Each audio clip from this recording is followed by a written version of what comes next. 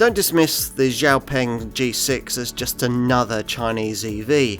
This electric mid-size crossover is one of the most sophisticated and best value options in the Tesla Model Y segment, and an outstanding first effort in a class where some rivals are struggling to hit the sweet spot. In short, it's certainly worth a look.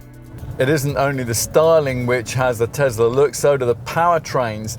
Things kick off with a standard range rear-driven model that uses a 66 kilowatt-hour LFP battery, which energizes a 262 bhp motor with 440 newton meters of torque, and that's able to propel the car to 62 in 6.9 seconds.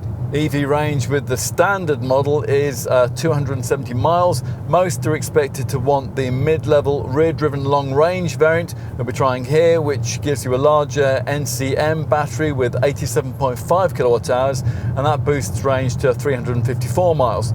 To compensate for the extra weight, there's a rear axle motor output boosted to 290 bhp, so the 0 to 62 miles an hour sprint time of 6.7 seconds is hardly any different. At the top of the lineup is, as you'd expect, an all-wheel drive dual motor model badged all-wheel drive performance.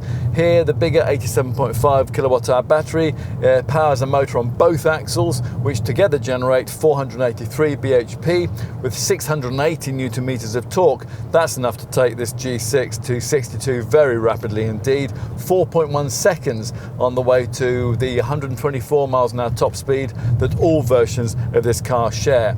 EV range there is 340 miles. All G6s offer a choice of 4 driving modes. There's Eco, Standard, Sport and Individual. Eco is pretty sufficient for 90% of normal driving, and particularly given the trouble that we've had in getting anywhere near to the claimed EV range stats here, that is the setting that we would certainly advise you to default to whenever you can.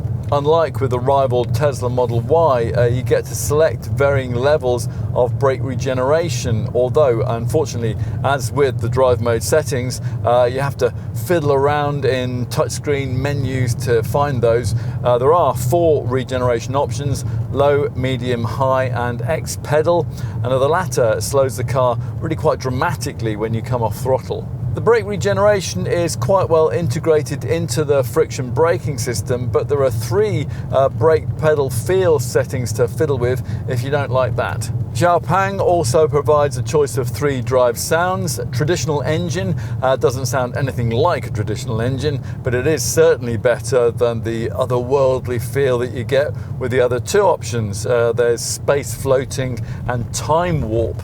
And you can choose also between 3 power steering settings. The sport option is quite direct, but none of them are particularly feelsome. There is quite a firm ride despite the advanced 5-link rear suspension and the supposedly sophisticated multi-valve Sachs passive dampers. Adaptive damping isn't offered here. Despite that, and perhaps predictably, the driving dynamics aren't especially involving, although to be fair, the G6 is reasonably agile through the bends for a 2.1 ton EV crossover. That's helped by the stiff SEPA 2.0 platform.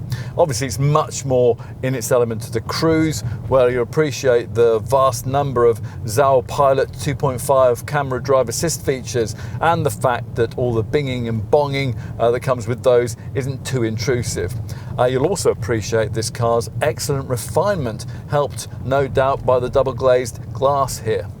You probably won't choose a G6 just because of the way it looks, but there's nothing to repel you here either. The shape is slightly more coupe SUV than most of its rivals, and it broadly replicates the mid-sized crossover dimensions of the Tesla Model Y, whose sales, of course, it wants to replicate. But the technology shrouded by the aluminium panels here is indeed impressive. An 800-volt electrical architecture with a silicon carbide power inverter and a full scenario Zao Pilot network of 29 cameras, radar transceivers and ultrasonic sensors, with collective output overseen by a special NVIDIA processor. Since when did family cars get this complicated?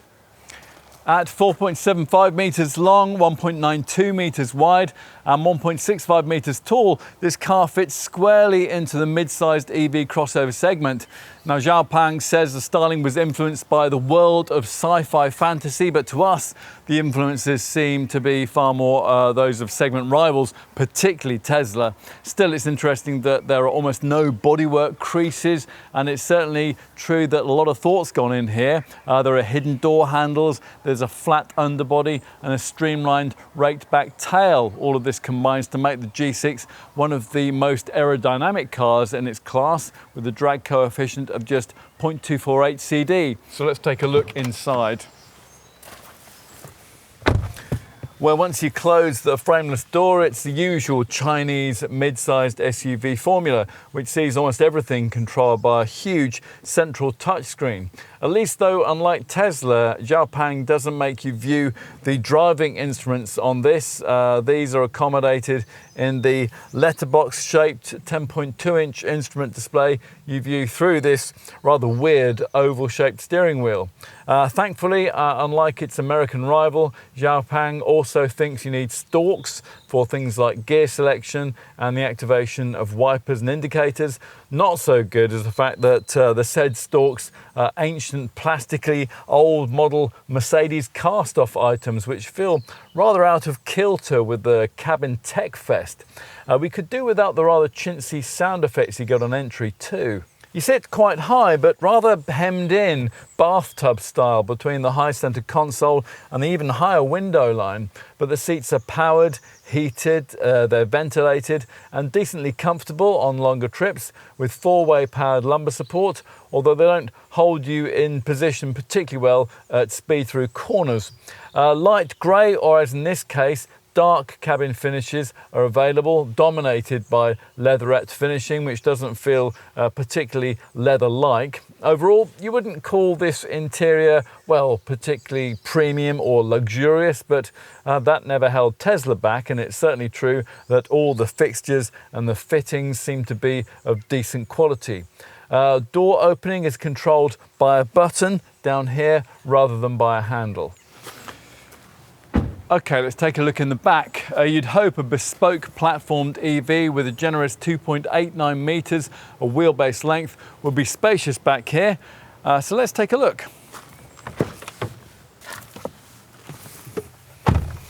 Sure enough, it feels very roomy indeed. The airy feeling here is helped by this vast standard fit panoramic glass roof.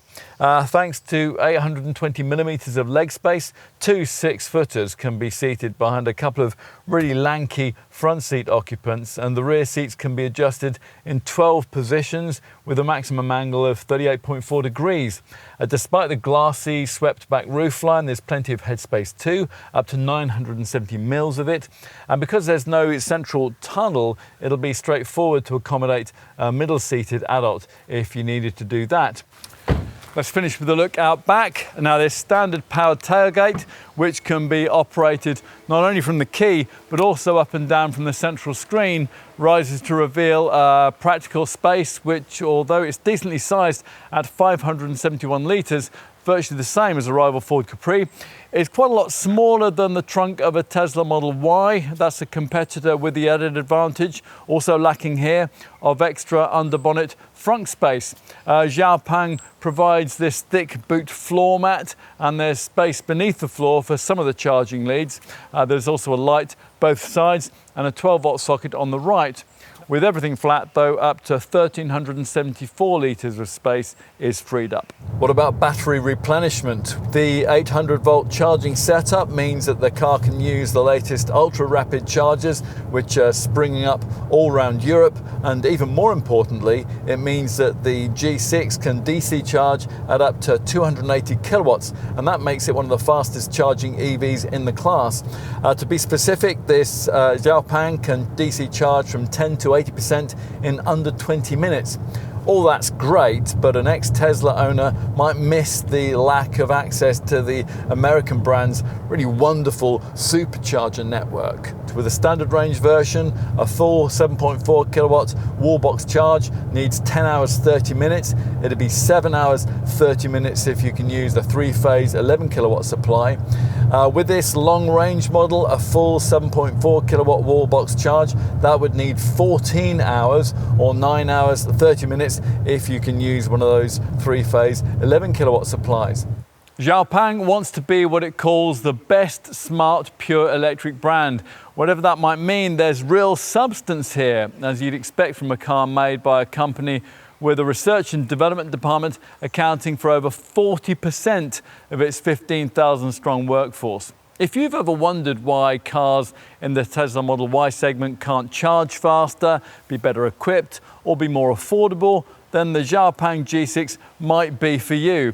Unlike that Tesla, it won't frustrate you with the lack of conventional drive controls or an instrument cluster.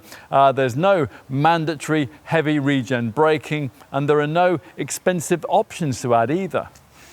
True, you might want more involving drive dynamics, easier to use screen functions, or less derivative styling, but if you can live with all those things, there's really a great deal to like here. Some Chinese car makers are really going to stand the test of time in our market, and if it keeps producing cars like this G6, Xpeng will be one of them.